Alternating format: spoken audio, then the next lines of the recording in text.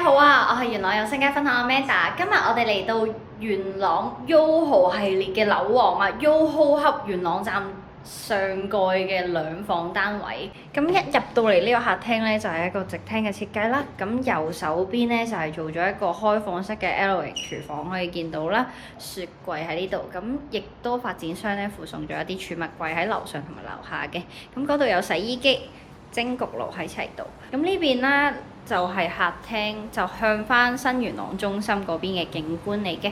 你都見到啦，業主好好啊，做咗啲櫃同埋家私啦。其實見到咧，成屋都好新淨，好似冇住過咁㗎。咁嚟到客房方面啦，業主就呢度做咗個頂頂嘅衣櫃啦。咁有啲延伸出嚟嘅梳妝台啊，係啊，可以唔使自己再另外裝。同埋見到咧間隔都好四正啊！咁另外呢一邊咧，業主一樣啦，都係做咗個比較細啲嘅入牆衣櫃喺度嘅。咁呢度有個都見到佢間隔四正啦，同樣都係望翻呢個新園中嘅內園視景啦。係啊，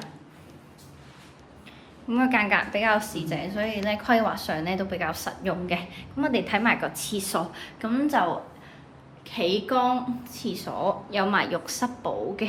同埋可以見到啦，用料上咧發展商都係好靚嗰啲料，同埋有個燈帶，夜晚咧唔使特登開燈，特別殘眼。咁我哋呢條片咧今日就嚟到呢度啦。如果對呢個單位有興趣嘅話咧，可以聯絡我有聲街分享 Amanda。咁我哋下條片再見，拜拜。